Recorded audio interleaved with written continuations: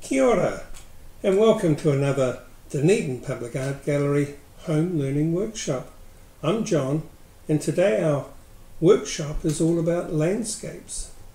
So you might be painting some land, sky and sea. But maybe a better name for the workshop would be Handscapes, because we're going to do our landscapes inside the shape of a hand. So you're going to need some paper. And instead of photocopy paper, it'd be good if you could get hold of some cartridge paper, because that's thicker and much better for painting.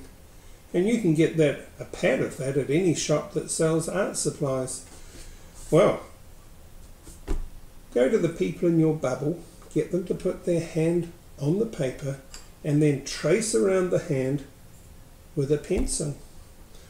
There's probably going to be a few wobbly lines, and you can rub the wobbly lines out, but I want to end up with a nice strong outline in vivid, and that's going to make it really easy to see where to paint. So I did an outline of my hand. When you're doing your bubble, don't forget yourself, and I did what it's a picture like of the Otago Harbour, because the Otago Harbour is so beautiful.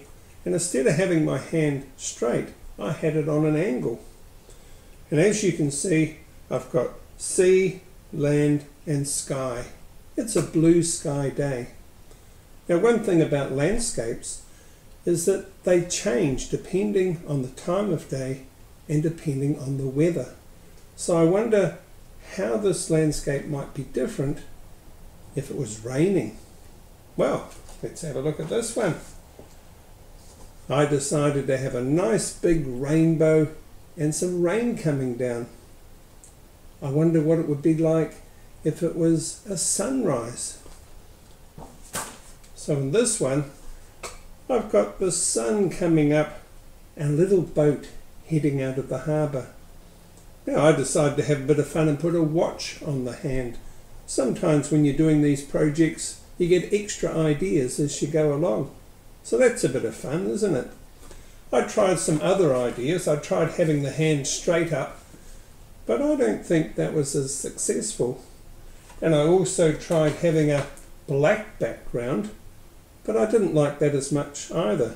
So it is worth trying out lots of different ideas. So that's a hand shape, but you could use a heart shape, or a diamond shape, or even the shape of a horse. But here's another idea. Think about the people in your bubble and their names. You could do their names in bubble writing or block letters and put a landscape inside of that. So imagine that you've got somebody in your bubble called Mike. So this is what a Mike one might look like. And I've decided that it's actually nighttime. So that changes the landscape completely. And imagine that there's another person in your bubble called George. Well, here's what a George landscape might be.